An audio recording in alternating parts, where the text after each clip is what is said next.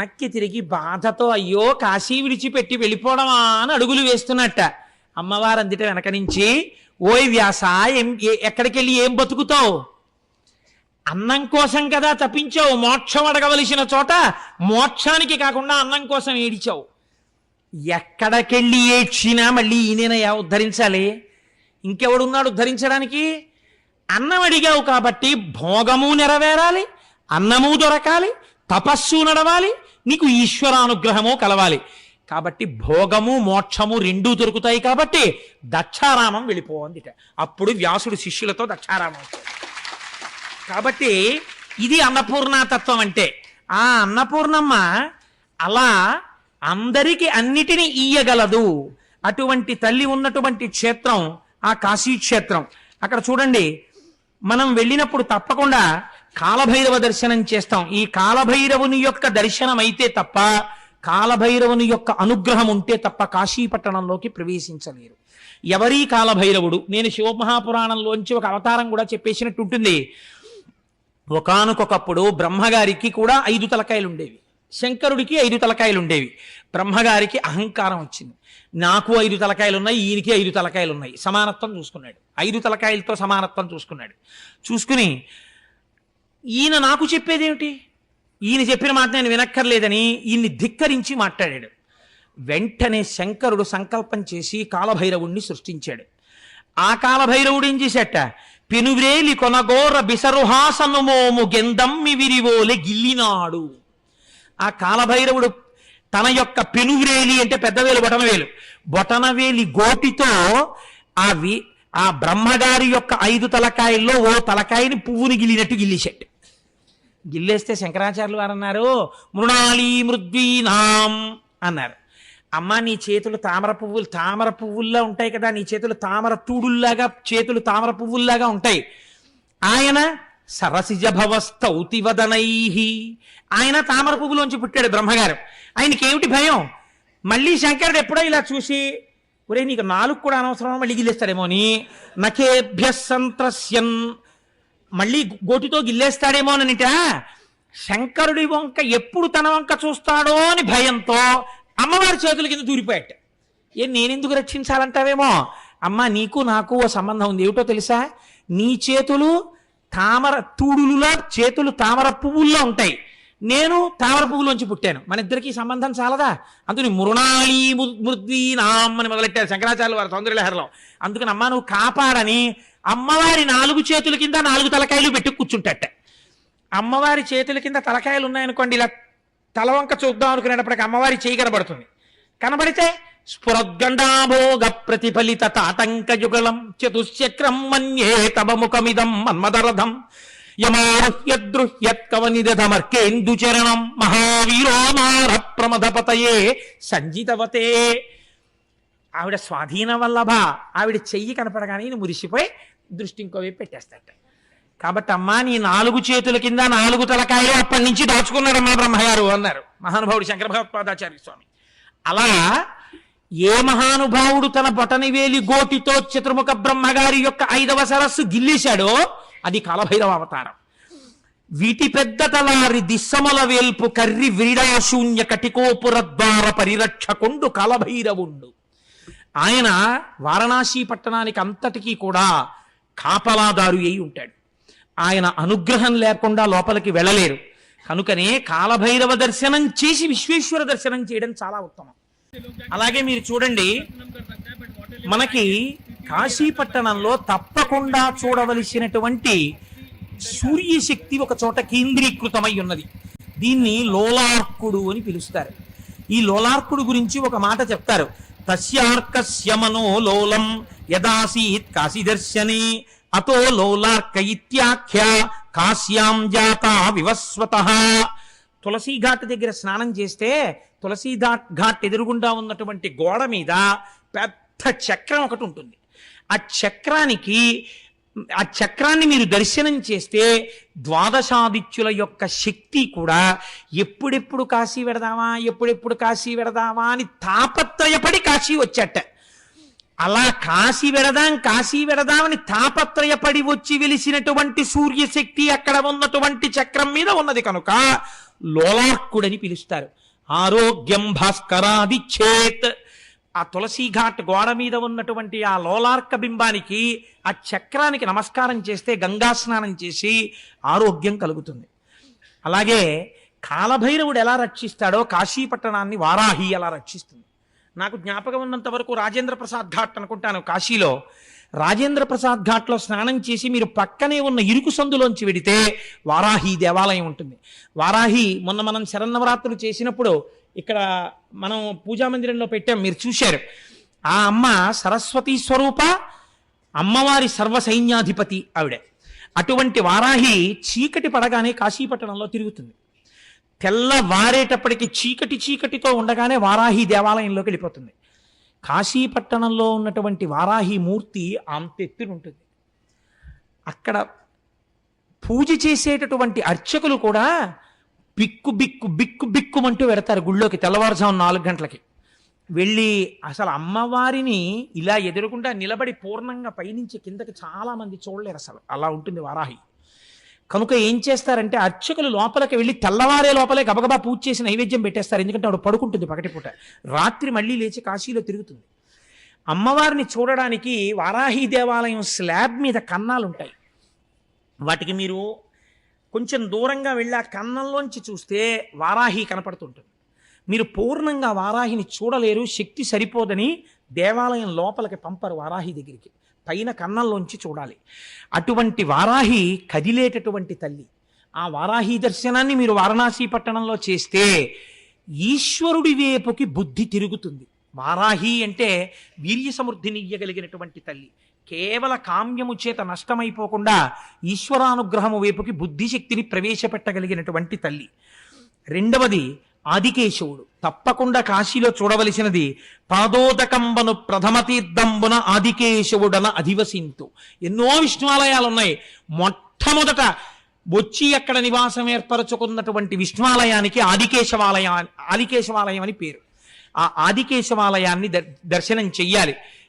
తర్వాత డుంఠి గణపతి అని ఒక గణపతి ఉంటారు. మనకంటే ఇక్కడ సాధారణంగా ఏంటంటే నల్లగా వదిలేస్తూ ఉంటారు మూర్తిని. అసలు నేను ఒక మాట అంటే మీరు నన్ను క్షమించండి, ఇక్కడ చాలా గణపతి దేవాలయాలు మీరు చూసి మీరు తమిళనాడు వెడితే మనకి సిగ్గేస్తుంది. ఏమిట్రా మనం చేస్తున్నటువంటి పూజ ఇక్కడ. అందుకే ఆంధ్రదేశం ఇన్ని వనరులున్న వృద్ధిలోకి రాలేదు. ఏ వనరులు దీంతో పోలిస్తే సమానంగా లేని తమిళనాడు విద్యాపరంగా, పారిశ్రామికంగా, ఐశ్వర్యంలో అంత దిట్టయిపోయింది. స్వాతంత్రం రాకపూర్వమే మెట్రోపాలిటన్ సిటీ అయిందంటే అక్కడ చేసే ఉపాసన అలా ఉంటుంది. మొన్న నేను నాతో వచ్చిన వాళ్ళకి అరుణాచలంలో అనుకుంటా చూపించాను. మనకి శాస్త్రంలో ఒక మర్యాద ఉంది. ప్రాతస్మరామిగ ననాద మనాద బంధుం సింధూర పూర పరిశోభిత గండ యుగ్మం ఉద్దండ విఘ్న పరిఖండ నచండ దండ మాఖండలాది సురనాయక బృంద వంద్యం. హనుమకి గణపతికి సింధూరం పూసి ఉంచాలి. మీరు ఆది అన్నామలై దేవాలయానికి వెళ్ళండి, గణపతి అంట సింధూరం రాసి ఉంటాడు. ప్రతి గణపతి పాదాల దగ్గర చక్కగా తెల్లటి వస్త్రాలు కట్టేసి గరిక పెట్టి ఉంటుంది, గరికతో పూజ చేసి ఉంటాయి. మన దేవాలయాల్లో నన్ను క్షమించండి, ఎన్ని గణపతి దేవాలయాల్లో పాదాల దగ్గర ఇంతంత దుర్వారములు కనపడతాయి మీరు చూడండి. ఎంతమంది గండస్థలానికి సింధూరం రాసి ఉంటాయి మీరు చూడండి. గణపతి నవరాత్రులు చేస్తారు, ఒక్క గణపతి మూర్తి యొక్క చెక్కిళ్ళకి సింధూరం రాసిన గణపతిని నాకు చూపించండి. అసలు సింధూరంతో పూజ చెయ్యం మనం. తమిళనాటంతా సింధూరం అలదేస్తారు గణపతులకి. అందుకే అంత మంగళప్రదంగా ఉంటాడు అక్కడ ఉండేటటువంటి గణపతి. అందుకే వాళ్ళకి అన్ని ప్రాజెక్టులు వస్తున్నాయి. కనుక వారణాసి క్షేత్రంలో డుంఠి గణపతి అని ఉన్నారు. డుంఠి గణపతి అంటే ఏమిటో తెలుసా అండి? సాధారణంగా గణపతి యొక్క తొండం కుడివైపుకి తిరుగుతుంది. కానీ ఒక్క కాశీపట్టణంలో ఉన్నటువంటి డుంఠి గణపతికి ఎడమవైపుకి తిరిగి ఉంటుంది తొండం. ఎడమవైపుకి తొండము తిరుగున్నవాడు కాబట్టి ఆయనకి డుంఠి గణపతి అని పేరు. ఇక్కడే కావ్యకంఠ గణపతి ముని యొక్క తండ్రి గారైనటువంటి నరసింహశాస్త్రి గారు భార్య గర్భిణిగా ఉండి పురిటికి వెళ్ళిపోతే డుంఠి గణపతి దేవాలయంలో కూర్చుని రాత్రి పాలు మాత్రమే తాగేవారు. ఏదో ఒక బ్రాహ్మణ గృహానికి వెళ్ళి పగలంతా గంగలో స్నానం చేసి వచ్చి కూర్చుని గణపతి మంత్రోపాసన చేస్తుండేవారు. ఒకరోజు ఇలా కొన్ని నెలలు చేశారు. ఒకరోజు మధ్యాహ్నం 2 గంటల వేళ విగ్రహంలోంచి ఒక పిల్లవాడు పాకుతూ వచ్చి తన తొడ మీదకెక్కి కూర్చున్నట్టుగా ఆయనకి అనిపించి ఒళ్ళు గగురు పొడిచింది. కళ్ళు తెరిచి చూశారు. పిల్లవాడు లేడు, కానీ ఆ గగుర్పాటలా ఉండిపోయింది. వెంటనే ఆయనకు అనిపించింది, నీకు జాతా శౌచం వచ్చింది, కొడుకు పుట్టాడు గణపతి అనుగ్రహంతో, నువ్వు బయలుదేరి నీ ఇంటికి వెళ్ళిపో అనిపించింది. ఇంకా జాతా శౌచంతో గుళ్ళో ఉండకూడదు కదా, అందుకని ఆయన బయలుదేరి కలువరాయి వచ్చేశారు. కనుక్కుంటే తనకి ఎన్ని గంటల ఎన్ని నిమిషాలకి డుంటి గణపతి యొక్క మూర్తిలోంచి పాకుతూ వచ్చి పిల్లవాడు తొడ మీద కూర్చున్నాడో అదే సమయంలో భార్యకి ప్రసవమై పిల్లవాడు పుట్టాడు అని తెలిసింది. ఆయన సంతోషపడిపోయి గణపతి అని పేరు పెట్టాడు. ఉత్తరోత్తర మహాపండితుడై కావ్యకంఠ గణపతి ముని అని ఆయనే పేరు తెచ్చుకున్నారు. కావ్యకంఠ అని బిరుదాంకితులయ్యారు. అటువంటి మహానుభావుడు ఖర్గపురంలో ఆయనకి వయస్సు అయిపోయిన తర్వాత ఒక పొరపాటు చేశారు. ఈయన గణపతి అవతారం, ఈయనకి అందుకే అంత పాండితీ ప్రకర్ష ఉంది. గణపతి విగ్రహాన్ని పెట్టడం ఎందుకు, నవరాత్రులు ఈయన్నే కూర్చోబెట్టి గణపతి పూజ చేసేద్దామని తీసుకెళ్లారు వీరిని. అప్పట్లో ఆయన ఎటువంటి స్థితికి వెళ్ళిపోయారంటే లోకం ఎలా చేస్తే అలా పట్టించుకోవడం మానేశారు. తీసుకెళ్లి ఈయన్నే ఆవాహయామి ఆసనం సమర్పయామి అని కుర్చీలో కూర్చోబెట్టి ఈయననే గణపతిగా నవరాత్రులు చేశారు. ఈ పూజ చేస్తున్నటువంటి అర్చకుడు ఒక పొరపాటు మంత్రం చెప్పేశాడు. 9వ రోజు పూజ అంతా అయిపోయిన తర్వాత నీరాజనవితి మంత్రపుష్పం చెప్పేసి మర్నాడు ఏదో మంగళవారం శుక్రవారం ఉందని ఉద్వాసన మంత్రం చెప్పేశాడు. ఉద్వాసన మంత్రం చెప్పేస్తే కావ్యకంఠులు నవ్వారు అంతే. ఆ తర్వాత శరీరం వదిలేశారు. కాబట్టి గణపతి అంశగా వచ్చి గణపతి ఉద్వాసన మంత్రంతో శరీరం వదిలిపెట్టినటువంటి కావ్యకంఠ గణపతి ముని డుంఠి గణపతి అనుగ్రహం చేత జన్మించినటువంటి వారు. ఆయన దర్శనం చేస్తే విఘ్నములు తొలగి సర్వమంగళములు కలుగుతాయి. అక్కడే దండపాణి అని 2వ క్షేత్రపాలకుడు ఉంటాడు కాశీపట్టణంలో.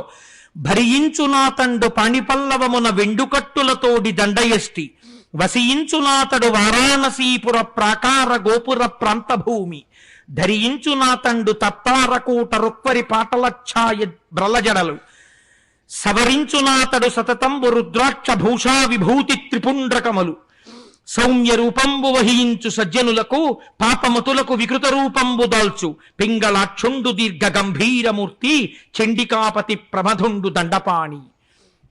అక్కడ హరికేశుడు అనబడేటటువంటి ఒక యక్షుడు ఈశ్వరానుగ్రహం చేత 2వ ప్రమథగణాల్లో చేరి ప్రమథగణములకు నాయకుడై 2వ క్షేత్రపాలకుడిగా ఆ స్థితిని పొందాడు. ఆయన చేతిలో వెండికట్లుతో ఉన్నటువంటి బెత్తం పట్టుకుని ఉంటాడు. విభూతి పిండికట్లు పెట్టుకుని రుద్రాక్షల్ని సవరించుకుంటూ ఉంటాడు. పాపాత్ములకి భయంకరంగా కనపడతాడు, ఈశ్వర భక్తులకి ప్రసన్నమూర్తిగా కనపడతాడు. ఆయన 2వ క్షేత్రపాలకుడు. మనకి కాశీ విశ్వేశ్వర క్షేత్రానికి ఆయన సన్నిధికి దక్షిణంగా ముక్తి మంటపము అని ఒక మంటపం ఉంది. కాశీకి సంబంధించినటువంటి చిత్రం ఏమిటంటే విశ్వేశ్వరుడి యొక్క దర్శనం చేసి మీరు ప్రత్యేకమేమీ పట్టుకెళ్ళక్కర్లా, అక్కడే ఉన్న గంగలో నీళ్లు తీసుకెళ్లి ఆయన తల మీద పోసేస్తే చాలు. శివుని శిరమున కాశీని నీళ్లు జల్లి పత్తిరి సుమంతనెవ్వారు పారవయిచు కామధేనువు వానింటి గాడి పశువు అల్ల సురశాఖ వానింటి మల్లె చెట్టు. ఆయన యొక్క కారుణ్యం అటువంటిది. ఇటువంటి శివలింగానికి మీరేం చేస్తారు? వెళ్ళి అభిషేకం చేయడమే. అన్నపూర్ణమ్మని మీరేం చేస్తారు? నమస్కారం పెట్టి అమ్మా ఎప్పుడూ అన్నానికి లోటు రాకుండా చూడండమే. అందరూ అన్నం అడిగారు. శంకరాచార్యులు వారు అన్నారు, అమ్మా జ్ఞాన వైరాగ్య సిద్ధ్యర్థం భిక్షాందేహీ చ పార్వతి అన్నారు. అమ్మ నాకు జ్ఞాన వైరాగ్యములను భిక్షగా పెట్టమ్మా అని అడిగారు. అందుకని మహాపురుషుడయ్యారు, జగద్గురువులు అయ్యారు. మనకి విశ్వేశ్వర దర్శనం చేసిన తరువాత విశ్వేశ్వర దక్షిణ సన్నిధికి దక్షిణంలో ముక్తి మంటపము అని ఒక మంటపం. ఆ మంటపంలో కూర్చుని తప్పకుండా ఏదో ఒక శివకథ చెప్పుకుని వారణాసి విడిచిపెట్టాలి అని నియమం. వారణాసి వెళ్ళామండి వచ్చేసామండి కాదు, విశ్వేశ్వర దర్శనం చేసుకుని ముక్తి మంటపంలో కూర్చోవాలి. ఎంతో ఒక చిన్న శివకథ చెప్పుకోవాలి, అక్కడ చెప్పుకుని రావాలి. వీలైతే మణికర్ణికా స్నానం చేసి వెళ్ళమన్నారు తప్పకుండా గంగా స్నానానికి. ఇక్కడే ఈ ముక్తి మంటపంలోనే ఒక చిత్రం జరిగింది. మహానందుడు అనబడేటటువంటి ఒక వ్యక్తి భార్యతో 2 బిడ్డలతో ఎక్కడో ఉండేవాడు. చేయరాని పాపములనన్నింటినీ చేసేశాడు. అన్ని పాపములు చేసిన తరువాత చనిపోయాడు. చనిపోయి ఆయన భార్య 2 పిల్లలు కూడా 4 కోళ్ళై పుట్టారు. ఈ 4 కోళ్ళు కాశీపట్టణంలో ముక్తి మంటపానికి చేరి శరీరం విడిచిపెట్టి మోక్షాన్ని పొందాయి. ఆ 4 కోళ్ళు కూడా మంటపంలో కనపడతాయి మనకి. దాన్ని కుక్కుట మంటపము అని పిలుస్తూ ఉంటారు, కుక్కుట చతుష్టయము అని పిలుస్తూ ఉంటారు. కాబట్టి తప్పకుండా మనం పాపం పోవడానికి ముక్తి మంటపాన్ని ఒకసారి దర్శనం చేసి ఒక చిన్న శివకథ చెప్పుకొని బయలుదేరాలి అక్కడి నుంచి.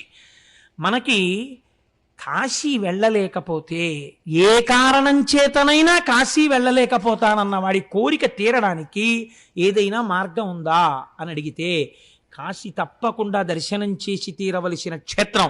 మనుష్య జన్మనెత్తినవాడు కాశీ వెళ్ళవలసిందే. ఒకవేళ ఏ కారణం చేతనైనా కాశీ వెళ్ళకపోతే ఏం చెయ్యాలి అంటే, శాస్త్రం అంది 5 కాశీలు ఉన్నాయి. ఈ 5 కాశీలలో కనీసం ఏదో ఒక కాశీకి వెళ్ళాలి. ఒకటి కాశీ ఉన్నటువంటి వారణాసి, 2 కేదారము, కేదార క్షేత్రానికి వెళ్ళాలి, 3 శ్రీశైలము, 4 శ్రీకాళహస్తి, 5 పట్టిసము. మనం ఆ పట్టిసం అన్న తీర్థం మనకి దగ్గరలోనే ఉంది. అక్కడ వీరభద్రుడు దక్షయజ్ఞ ధ్వంసం చేసేసిన తరువాత దేవతలందరినీ తెగటార్చినటువంటి నెత్తుటితో కూడిన ఖడ్గాన్ని ఆ పట్టిసం దగ్గర ఉన్నటువంటి నదిలో కడిగేట. చేతిలో పట్టుకున్నటువంటి ఖడ్గాన్ని, రక్తంతో కూడిన ఖడ్గాన్ని అక్కడ కడిగాడు కాబట్టి ఆ క్షేత్రానికి పట్టిసం అని పేరు వచ్చింది. కాబట్టి ఈ 5 కాశీలే. ఓపిక లేకపోతే, ఓపిక ఉంటే కాలుసమండి, ఓపిక ఉంటే కాశీ వెళ్ళాలి. ఓపిక లేకపోతే ఈ 5 కాశీలలో కనీసం ఒక్క కాశీ అయినా జన్మాంతరంలో చూడాలి. మన అదృష్టం చూడండి, ఆంధ్రదేశంలో శ్రీశైలం, శ్రీకాళహస్తి, పట్టిసం 3 క్షేత్రాలు ఉన్నాయి. 3 కాశీలు మన ఆంధ్రదేశంలో ఉంటే అసలు కాశీ ఉత్తర భారతదేశంలో ఉంది. కాబట్టి మనం ఎంత భాగ్యవంతులం. అయితే వారణాసి గురించి చెప్పినప్పుడు రెండింటిని తప్పకుండా ప్రస్తావన చెయ్యవలసి ఉంటుంది. వారణాసి నేను ఎంత చెప్పినా విడుతుందంటే అది నేను ఎంతకని చెప్పగలను. కాబట్టి ఎక్కడో అక్కడ ముగించాలి. విశాలాక్షి అని ఒక అమ్మవారిని చూస్తాం. విశాలాక్షి అంటే బాగా కన్నులు తెరిచి చూసేటటువంటి తల్లి. ఈ అమ్మవారినే శంకరాచార్యులు వారు సౌందర్యలహరిలో ఒక శ్లోకం చెప్పారు.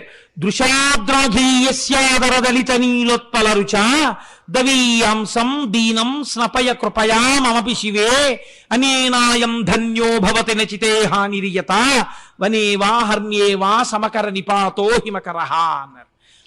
అమ్మవారుట ఈ బ్రహ్మాండములు ఎంతవరకు ఉన్నాయో అంతకన్నా ఎక్కువ దూరం ఆకర్ణాంత విశాల నేత్రములు కదా, ఇక్కడ వరకు ఉంటాయి కదా కళ్ళు. ఇక్కడ వరకు కళ్ళుంటే అసహ్యంగా ఉండదా అండి అంటారు చాలామంది. మీరు ఒక్కసారి ఎప్పుడైనా భీమవరం వెళ్ళి మావుళ్ళమ్మ తల్లి అని ఉంది అమ్మవారు, నేను అక్కడ చూసి ఆకర్ణాంత విశాల నేత్రములు అంటే అమ్మవారి కళ్ళు ఇక్కడ వరకు ఉంటాయి. ఇక్కడి వరకు అమ్మవారి యొక్క కళ్ళు ఉంటే అసలు నిజంగా ఎంత అందంగా ఉంటుందో చూడాలంటే మీరు మావుళ్ళమ్మ తల్లిని చూడండి ఒకసారి భీమవరం వెళ్ళి. అయ్య బాబోయ్ ఏమిట్రా ఈ స్వరూపం, ఏమందనరా అనిపిస్తుంది. ఆవిడ 2 కళ్ళు ఇలా బ్రహ్మాండం అంతా తిప్పుతూ చూస్తుంటుందిట.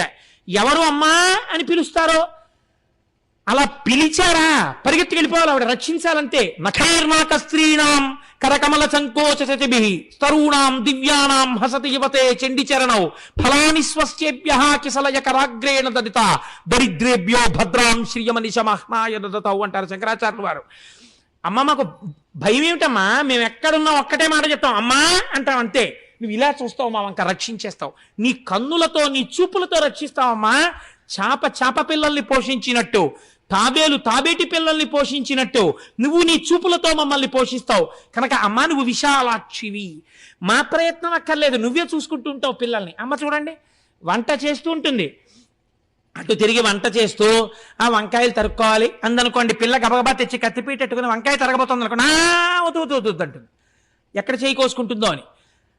అటు వంట చేసుకుంటున్నా ఇటు పిల్లల్ని ఒక కంట జాగ్రత్తగా చూసుకునే అమ్మలా కాశీలో వెలిసి ఉన్నా తన కళ్ళు విశాలంగా చూస్తూ తిప్పుతూ తన బిడ్డలందరినీ చూసుకుంటుంది. ఆ బ్రహ్మకీట జననీ కదా అటువంటి తల్లి ఆ విశాలాక్షి.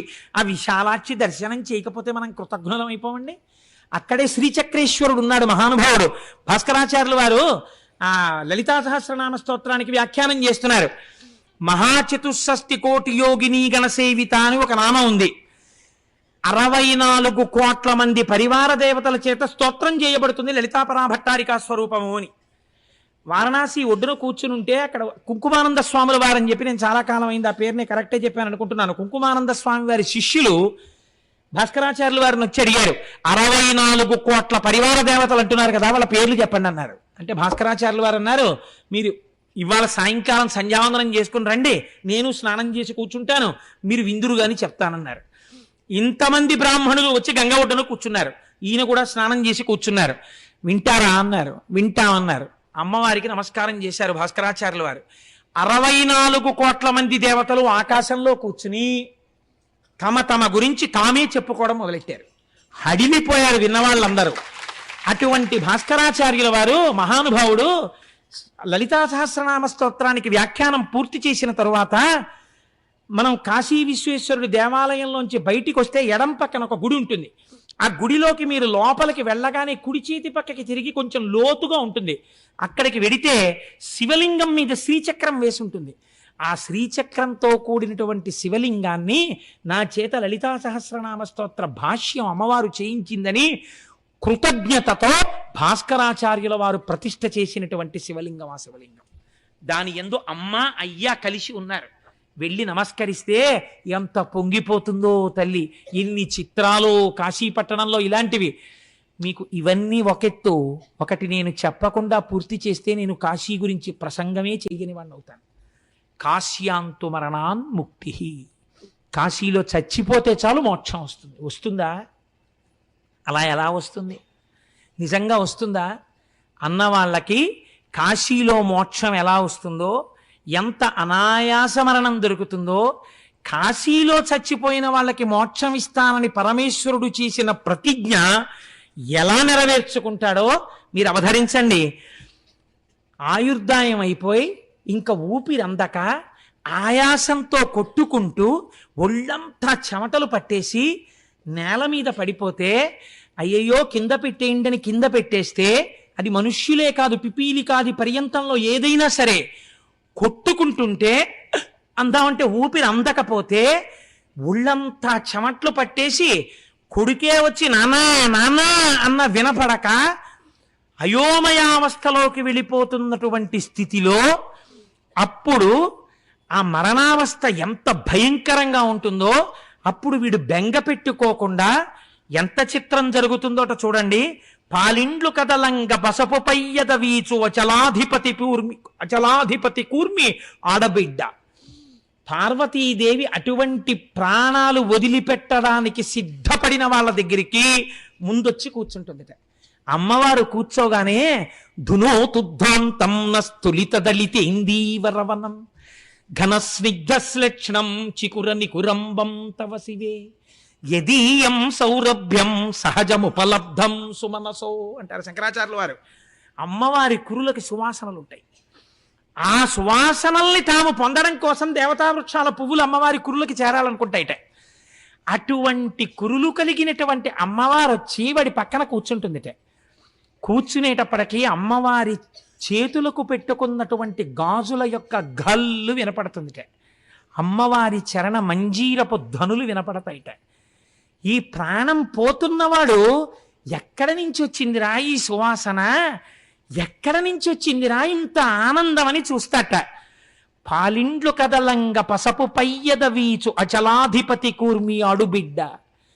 ఆ హిమవంతుడి కూతురు మా అమ్మ పార్వతీదేవి ఉందే, ఆవిడొచ్చి పక్కన కూర్చుని కాశీలో చచ్చిపోతున్నావురా, మా ఆయన ప్రతిజ్ఞ చేశారు నువ్వు బాధగా వెళ్ళకూడదని పవిట తీసి ఆ పవిటతో వీస్తుంది ఆ వెళ్ళిపోతున్న వాడికి. అమ్మవారి పవిట వీచినప్పుడు వచ్చినటువంటి గాలి తగలగానే వాడు సేద తీరి అబ్బా అని ఏ బాధ లేని స్థితిని పొందుతట. ధొక్కారమునరించు తొండంబు ముక్కున శిఖరాసారంబు జిలుకు డుంఠి. గబగబా వస్తాట డుంఠి గణపతి. వచ్చి పక్కన కూర్చుని ఏనుగు తొండం యొక్క చివరి భాగం ఎప్పుడు చల్లగా ఉంటుంది. ఊపిరందక కొట్టుకుంటున్న వాడి ముక్కు దగ్గర ఇలా తడిపెడుతూ తన తొండంతో కాసేపు అలా గాలి విసురుతాట. విసిరేటప్పటికి ఎంత సేద తీరుతాడోట. ఇలా కళ్ళు విప్పి చూసేటప్పటికి ఇటు పక్కన మహానుభావుడు డుంఠి గణపతి, ఇటు చూసేటప్పటికి చిరునవ్వు మోముతో ఇంత బొట్టు పెట్టుకుని మా అమ్మ పమిటతో గాలి విసురుతుందిట. ప్రత్యక్షమై వచ్చి భాగీరథి గంగ మృదుల హస్తము సాచి మేను నివురు. నాన్న బెంగ పెట్టుకున్నావా వెళ్ళిపోతున్నానని? చెమట పట్టిందా? ఒళ్ళు వేడెక్కిపోతుందా? ఏం భయం లేదని చల్లని తల్లి కదా గంగమ్మ. సాకార రూపురాలై వచ్చి చెమట తుడుస్తూ చల్లటి చేస్తూ ఒళ్ళంతా తుడుస్తుంది. తుడిస్తే ఎంత సేద తీరుతాడోట. ఇప్పుడు ఏ భయం ఉండదట. అబ్బా, ఇలా చూస్తే మా అమ్మ పార్వతి, తల్లి నువ్వా అమ్మా నీ పమిటతో నాకు వీయడం, ఏమమ్మా నా భాగ్యం, ఎంత అదృష్టవంతుండమ్మా అనుకుంటాట. ఇటు చూసేసరికి డుంటి గణపతి ముక్కు దగ్గర తడితో తుడుస్తూ ఆ ముక్కు దగ్గర గాలి ఊతుంటారట. దేనికి? ఆఖరి వాయువు మారాలి వాక్కుగా. ఇంతలో గంగమ్మ వచ్చి తెల్లటి బట్టలు కట్టుకుని చల్లటి చేత్తో ఒళ్ళు తుడుస్తుందిట. అబ్బబ్బబ్బా, ఏమి భాగ్యం! అమ్మ గంగమ్మ, మా అమ్మ పార్వతి, ఇక్కడ డుంటి గణపతి. ఆ దర్శనంలో ఆనందమగ్నుడైపోతాట. ఇంకా అసలు ఏం బాహ్య ప్రపంచం తెలియదు, ఇంకా భయం ఏమిటో తెలియదు. ఎంత ఆనందం పొందేస్తూ ఉంటారోట. ప్రమథోత్తముండు భృంగి భయరక్షణార్థంబు పాలాగ్రమున తీర్చు భసిత రేఖ.